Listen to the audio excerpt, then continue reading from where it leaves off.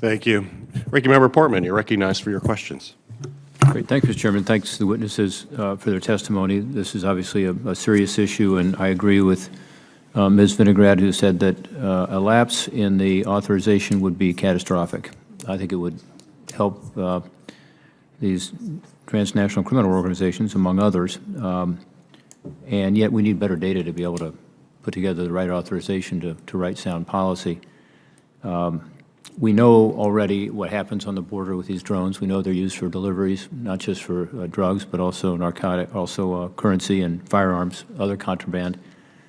This committee has, among its responsibilities, oversight of DHS and these border activities, and we have a particular interest, I certainly do, in this issue of the synthetic opioids that are streaming across our border today. The numbers, unfortunately, are higher than ever. Last month, enough fentanyl was seized, which is a synthetic opioid that's killing about 2/3 of those who die from overdoses, which is at a record level. We know that there was enough seized to kill about 200 million Americans in 1 month, and no one on the border thinks that we are seizing most, and not even a significant percentage of what's coming across. So it's a big issue.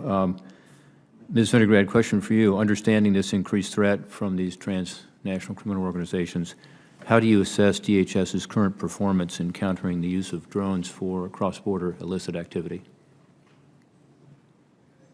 Senator, thank you. I share your concern about transnational criminal organizations and the malicious use of drones over the border, both as it pertains to smuggling contraband as well as surveillance of law enforcement, in addition to other threats. Currently, DHS, the Secretary of Homeland Security, has designated 3 areas of operations along the southwest border as covered facilities or assets. This allows DHS, CBP more specifically, to engage in CUAS operations in these areas of operations. We have Let me be more specific, because I don't have much time. In your testimony, you state that from August 21 to May 22, CBP detected more than 8,000 illegal cross-border drone flights at the southern border. Of these 8,000 flights, how many were successfully mitigated by DHS? Senator, I can ask CBP to get back to you and your staff with the specific statistics. Well, we've been asking them for this since February, persistently, and we are not getting the information. So, you know, I think it's important we have an authorization, but we have to have information. If we don't have the statistics today, if you don't have it, despite many inquiries from us, that concerns me. I want to work with you, again, on this reauthorization, but we've got to have better information to be able to do it properly. With regard to drones, let's talk about China for a moment. Recently, the directors of the FBI and British M15 warned of the national security and economic threats posed by China. They identified it as our greatest long-term threat, stealing our technology, dominating our markets, and they talked about the U.S. drone market, and they talked about the use of drones. Here's an example. According to a report by Washington Post, China's DJI is the leading provider of drones to U.S. law enforcement agencies, they say. DJI has servers in China. They have support from the Chinese government. The Chinese State Security Services is one of their customers. Here's our own Commerce Department saying DJI has been added to an export blacklist last year after Bloomberg reported that it supplied surveillance technology to Chinese security forces in Xinjiang, where millions of Uyghur Muslims have been forced into internment camps. So there's a report that last year that the Secret Service purchased 8 of DJI's drones. The FBI purchased 18 of them. So let me just ask you these questions on the record. Start with Mr. Wiegmann. Does the FBI currently purchase and use Chinese-made drones, yes or no? We do. You do. Ms. Vinograd, does DHS currently purchase and use Chinese-made drones? DHS has prohibited the purchase of foreign-made drones, small UAS, absent waivers in very specific circumstances. Okay, so this report that I mentioned said that the Secret Service had purchased 8 of DJI's drones. You're saying that's inaccurate? I'm saying that with certain waivers, very specific so waivers. My question to you is, are you purchasing DJI drones or not, yes or no? With specific waivers, DHS can purchase certain Are you foreign-made purchasing DJI drones, yes or no? With certain waivers, we are purchasing certain foreign-made aircraft. So you are? I can follow up with more specific details. Okay, in a but the closed answer is hearing. yes. In a closed hearing, I can provide more specific details, sir. Okay. Ms. Coltis, don't want to leave you out. Does FAA currently purchase and use Chinese-made drones? FAA's responsibility is for the integration of UAS into the NAS and testing of the UAS technology to ensure its safety and its use in the NAS.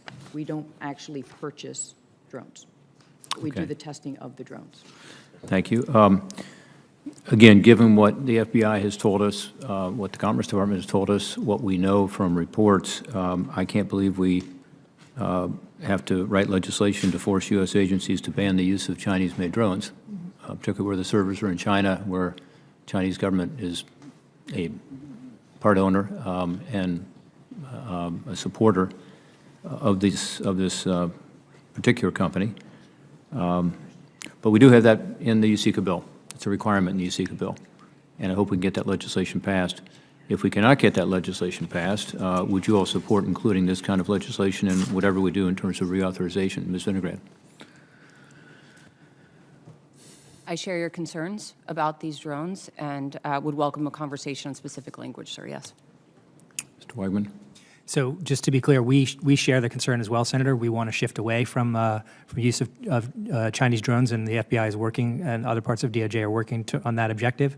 Right now, they kind of dominate the market, so we're working to shift our use of drones away from Chinese drones to other alternatives. In the meantime, the FBI takes steps to do thorough cybersecurity and supply chain reviews to ensure that any risk posed by use of the technology is mitigated, but we do want to shift away from it. And so we definitely support the aims of the sponsors of the bill.